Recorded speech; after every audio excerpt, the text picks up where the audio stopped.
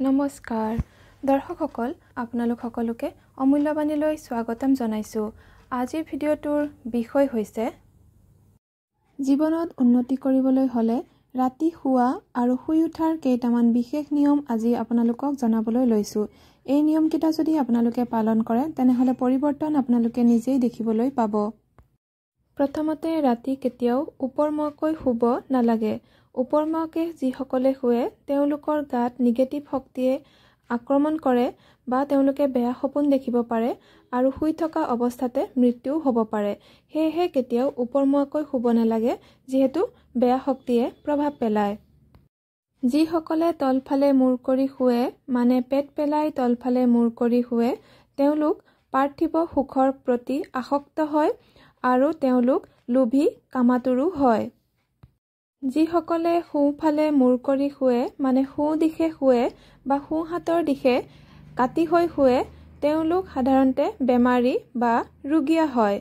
সেয়েহে সোঁ দিশেও পৰাপক্ষত শুব নালাগে। যিসকলে বাওঁ দিশে কাটি হৈ শুৱে মানে বাওঁ হাতৰ দিশে শুৱে তেওঁলোক জীৱনত দীৰ্ঘ আয়ুসী হয়, সুস্বাস্থ্য বলৱান আৰু নিৰোগী হয়। সেয়েহে সদায় বাওঁ দিশে কাটি হৈহে শুবলৈ যত্ন কৰিব লাগে। কিন্তু আমি একেৰাহে একেটা দিশতেই শুব নোৱাৰো। সেয়েহে মাজে সময়ে আপুনি সোঁ দিশৰ ফালে ঘূৰিও শুব পাৰে বা 5-10 মিনিট সময় আপুনি চিধা হ'বও পাৰে। কিন্তু বেছিভাগ সময় শুওঁতে সদায় বাওঁ চাইডে কাটি হৈ শুব মানে বাওঁ দিশে ঘূৰিহে শুব। এই কথা বিজ্ঞানসন্মতভাৱেও প্ৰমাণিত। সেয়েহে বিজ্ঞানীসকলে আৰু মেডিকেল চায়েন্সতো সদায় লেফ্ট লেটাৰেল মানে বাওঁ দিশে কাটি হৈহে শুবলৈ কয়। এতিয়া জানক শুই উঠোতে কি কৰিলে জীৱনত সফলতা উন্নতি পাব পাৰি।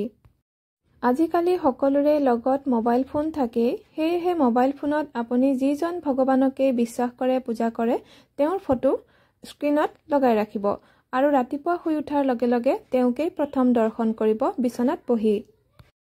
ভগৱানৰ ছবিৰ বাহিৰেও আপোনালোকে ওম বা স্বাস্তিক চিহ্নও চাই উঠিব পাৰে। সাৰ পোৱাৰ লগে লগে বা উঠাৰ লগে লগে প্ৰথমে ভগৱানৰ কোনো মন্ত্ৰ বা নাম মনত পেলাব মানে 3 বাৰ হ'লেও গাব।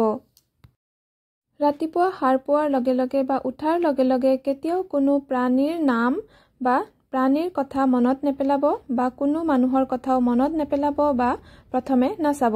প্ৰথমে এইদৰে কোৱাৰ দৰে ভগৱানৰ প্ৰতিচ্ছবি চাব বা ওম বা স্বাস্তিক চাইহে উঠিব। এতিয়া বিচনাৰ পৰা নামি গৈ কেতিয়াও পোনপ্ৰথমে আইনা বা দাপোন নাচাব। আইনা বা দাপোনত নিজৰ চেহেৰা ৰাতিপুৱা শুই উঠাৰ লগে লগে কেতিয়াও নাচাব।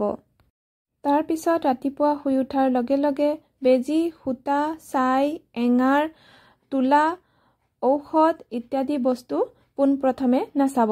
পোনপ্ৰথমে আপুনি বাহিৰলৈ ওলাই গৈ আকাশখন চাব পাৰে, গছ-গছনি চাব পাৰে।